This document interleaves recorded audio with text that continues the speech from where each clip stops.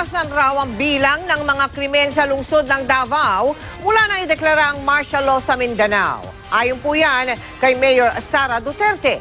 Pero apektado na raw ang turismo doon. Nakatutok doon live si Ian Cruz. Ian!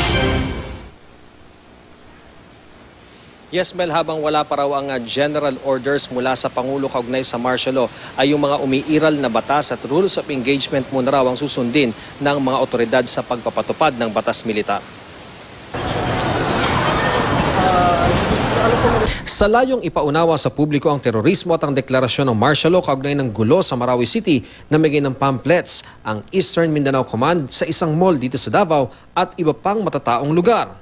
Sa totoo lang, hindi ko po alam kung ano ibig sabihin ng martial law. At saka dito po ay mayroon akong matutunan at konting idea. At saka pwede rin natin i-share sa iba.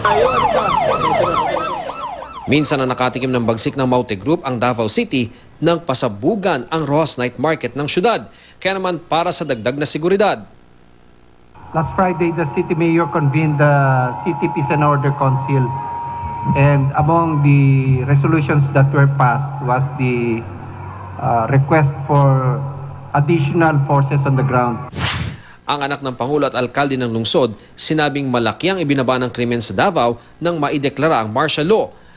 Dahil daw ito sa pakikiisa ng mga tao sa pamahalaan, pero inaasahan na raw ang epekto sa turismo ng syudad. Naanay mga cancellations, nag-discuss na ang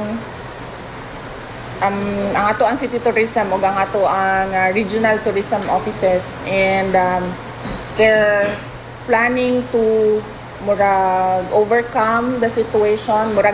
Sa tanaw nila first few days lang mani and few weeks, and then sa tanaw nila mag-normalize na.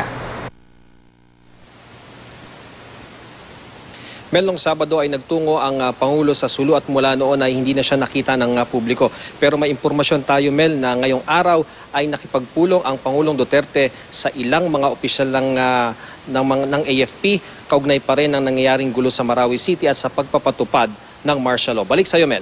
Maraming salamat sa iyo, Ian Cruz.